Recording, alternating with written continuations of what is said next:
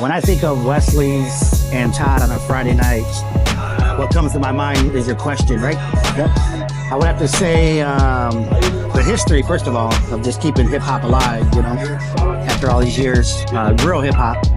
And secondly is the talent that he brings in, you know, the different artists, the different DJs that come in and showcase what they know their versions of hip-hop is. So that's the reason.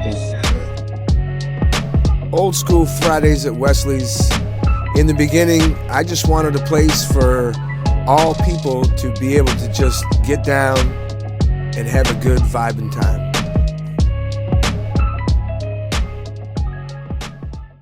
Real quick, hey, Todd is a bad m***. Can I cuss? Okay, Todd, I mean, this town is so segregated when it comes to the nightlife. You know, you got your black clubs, you got your Mexican clubs, you got your white clubs. You get a little bit of mixture, but it's real segregated. Wesley's, I mean, it ain't even about this, the music, the culture. Todd been doing it for so long, and then this started reaching out. It wasn't just all the white boy DJs, you know what I'm saying, that was down there first. He started reaching out to us, to the hood cats, or to the other DJs that normally wouldn't even get a chance to play downtown because that's not that scene.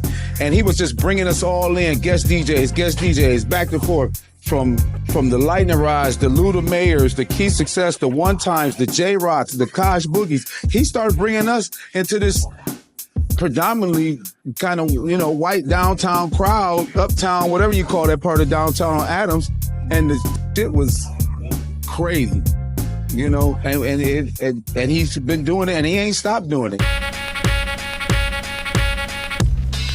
man, COVID and streaming, that was kind of a game changer for DJs because what once was a gaming platform for gamers, now DJs entered the circuit, and when we couldn't play at bars and clubs and stuff like that because we were indoors, streaming became our outlet. That was the only way we were able to reach people from all around the globe in just a few clicks. Man, the experience has been awesome so far.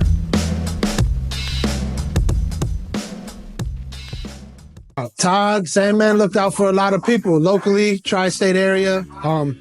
He's connected to a lot of guys up in Detroit, techno guys and all that. He's been a DJ for a long time. I've known him we probably go back to at least sometime in the early 90s, something like that, early 90s, when everybody was getting a rave on and stuff. And he got me down there at Wesley some years ago, and actually he brought me out of, I was retired for a little while as far as doing bars and stuff like that, and he got me back out, came out, and we bonded up, and I brought another guy in, Desi, and through all that, that's how actually Glass City Mixmasters was started. We started at Wesley's and all that, and man, the guest DJs. I've had so many DJs over the years. I just wanted a house for DJs to be able to come, have fun, be themselves, vibe with the crowd.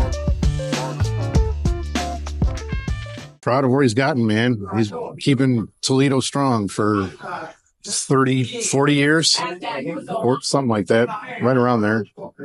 And yeah, always repping Toledo everywhere he goes. Toledo and Detroit.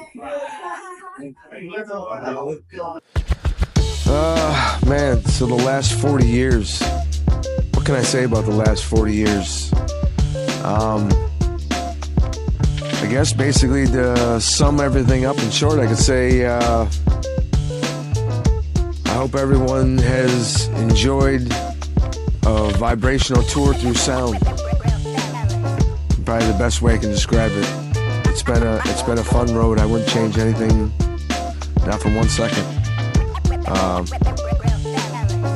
Bonds, friendships that were made, connections, places I've seen, played, people I've met.